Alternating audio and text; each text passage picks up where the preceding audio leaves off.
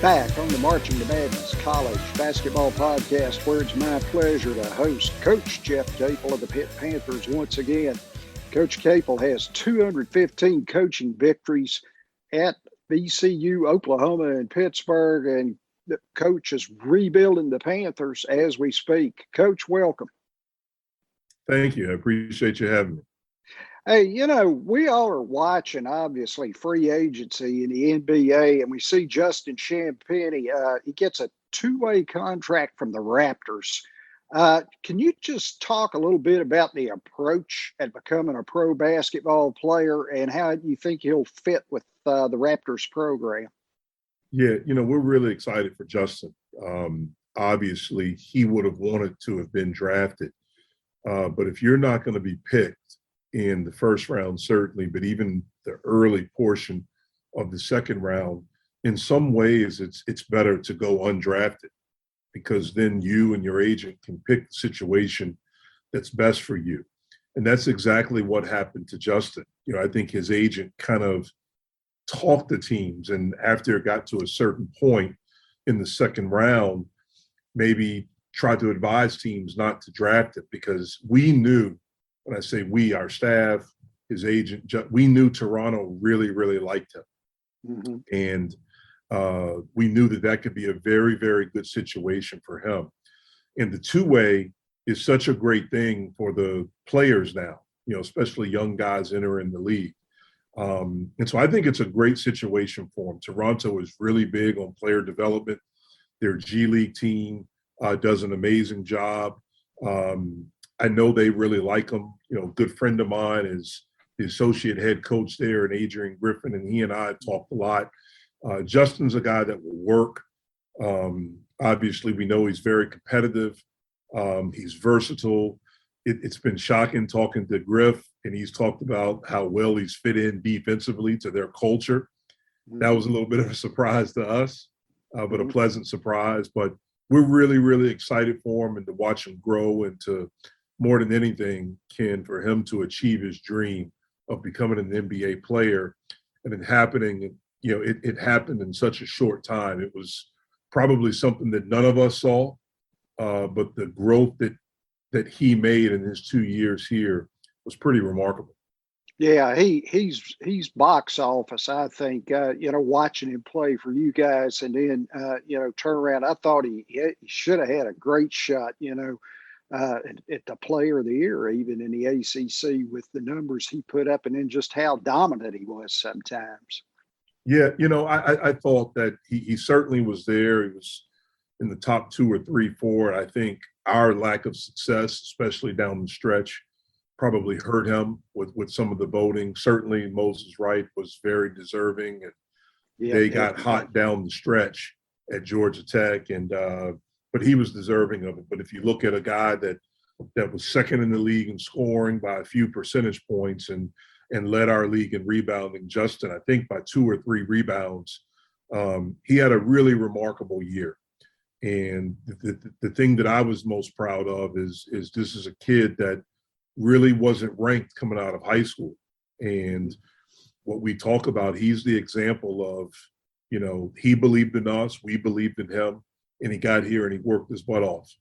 And in 2 years, he was able to have, really significant impact individually and on our program, individually for him with the numbers that he put up, but also on our program, helping us get better in both of the years that he was here.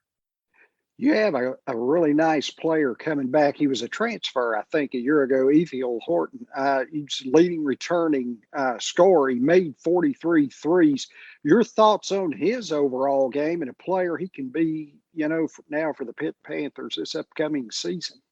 Yeah, I thought he was a good player last year, but I think he can do more. And I think with having the year under his belt in this league will really, really help him.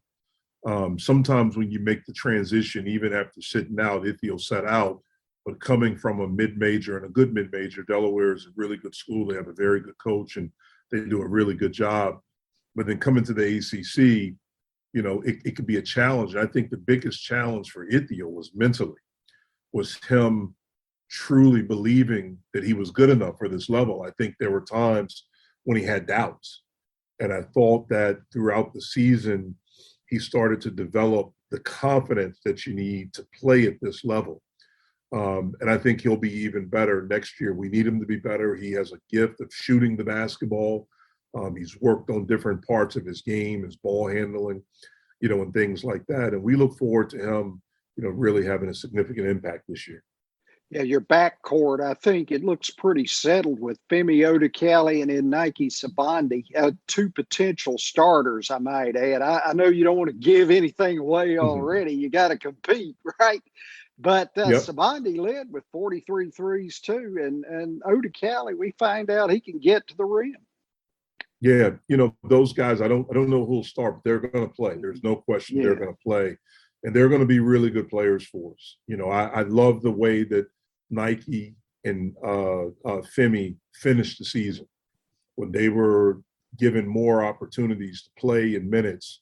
Both of those guys, as far as points, percentages from the field and from the three, those were significant. And I think that led to them having a really, really good offseason and being in a position this year. For Nike, he was a guy that was kind of caught in that, when he transferred, was he going to be eligible? His first game, he didn't find out he was going to play until literally 53 minutes before the Miami game. We were at Miami December 16th. So he missed the first however many games. And then he plays that game. He plays Louisville. We go home for Christmas. We come back. And then he misses a few games because of COVID protocol. He didn't get COVID, but he misses 10 days where he has to be quarantined because of protocol. And so he just had a really disjointed year. And when he was able finally to get consistent minutes at the end, I think we saw what he can do. And we look forward to him having a whole summer here with us and to seeing, where that can go. And then Femi just got more confident as the season went on. He had a really horrific injury before the season where we weren't quite sure if he was going to be able to play. But not only did he play, he really helped us throughout the year. And I think at the end of the year, the last 4 games, you saw how confident he was. And so I think those two guys are coming into this season with a lot more confidence because they've shown a little bit what they can do. And, Jamarius Burton coming over 2 years at Wichita State, a year at Texas Tech, lots of different experiences in different conferences where there's different styles of ball.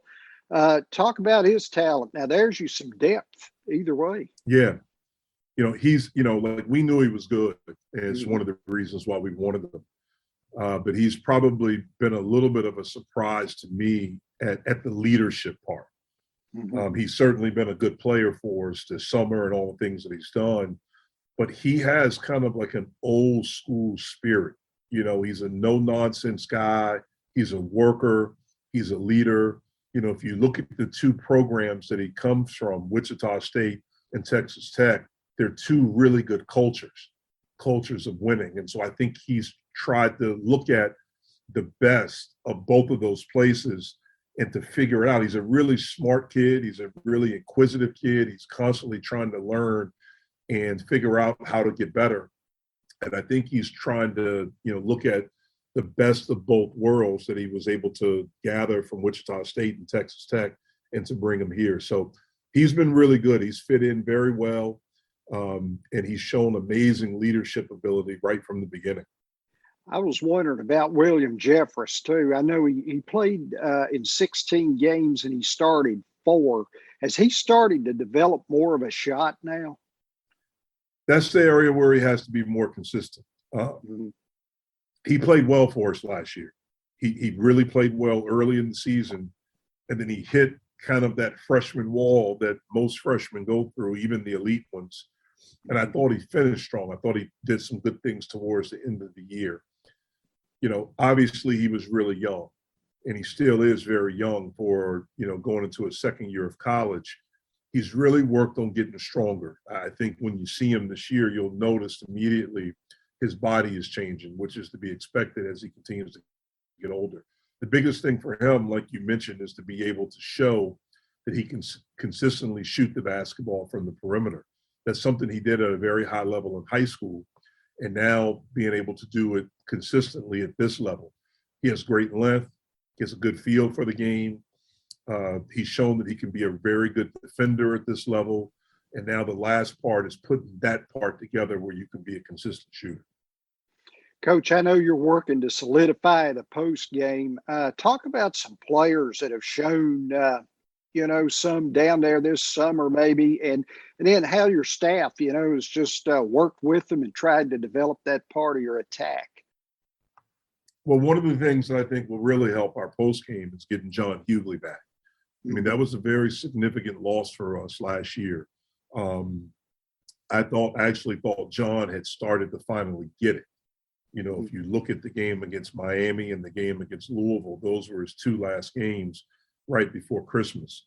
And he played very well in both of those games. And I thought it was starting to click for him.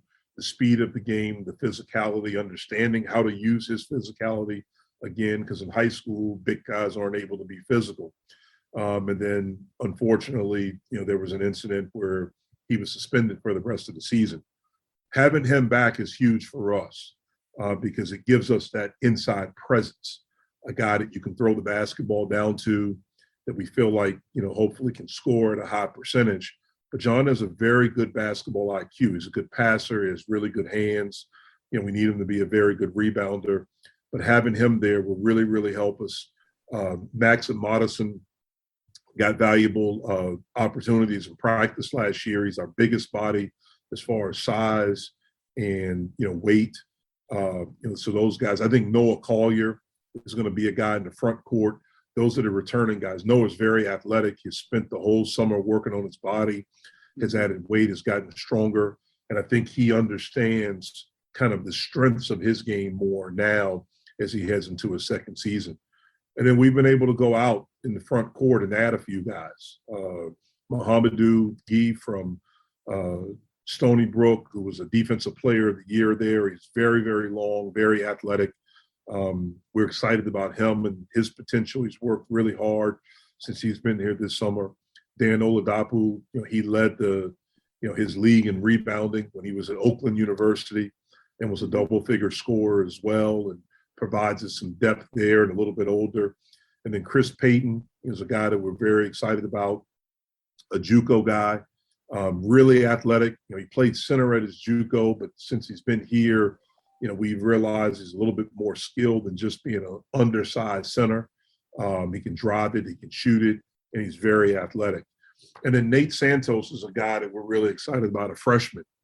He's about 6'7". He was one of the guys when he got here. One of the crazy things, we have these new guys. I didn't meet them until I got here. Yeah. Everything's on Zoom. And so when they got here and they walked into my office, the very first thing I'm doing is walking up to them to see if their heights really match what it says on paper. Yeah. And Nate was a guy that probably was a little bit bigger than I thought, but he's a legit 6'7", and he's got good size, for an incoming freshman. And he can really, really shoot the basketball, and so we're excited about the pieces that we have. And now as a staff, it's up to us to put those pieces together and, figure out a style that's going to be conducive for this group.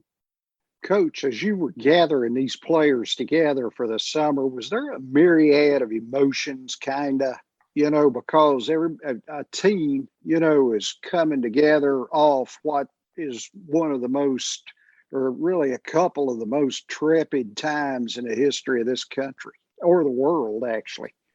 Yeah. I mean, it was,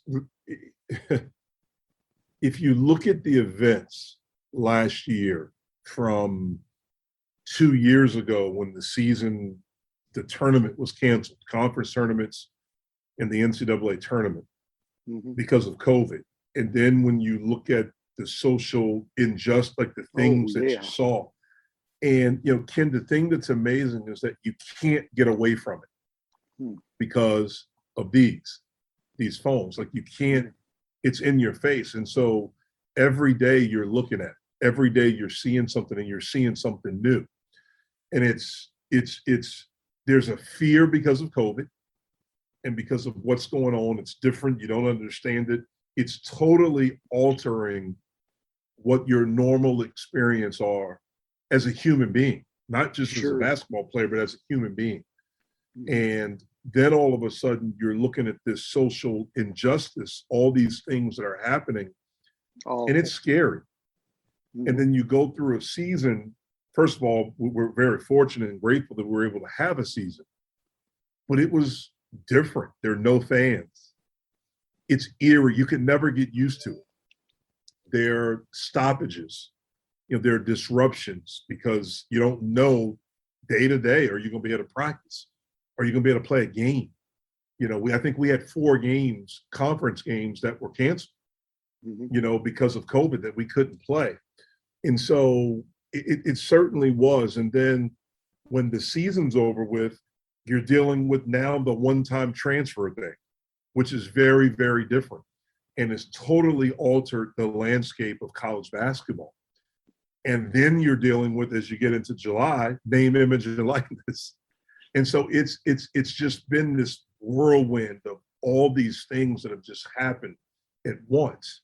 I'm really proud of our staff for the way that we were able to kind of deal. We lost some guys with the transfer portal, but I don't think we got better with the guys that we got from the transfer portal and then the guys that we were able to bring back. And so I really like where we are right now. I really like this group.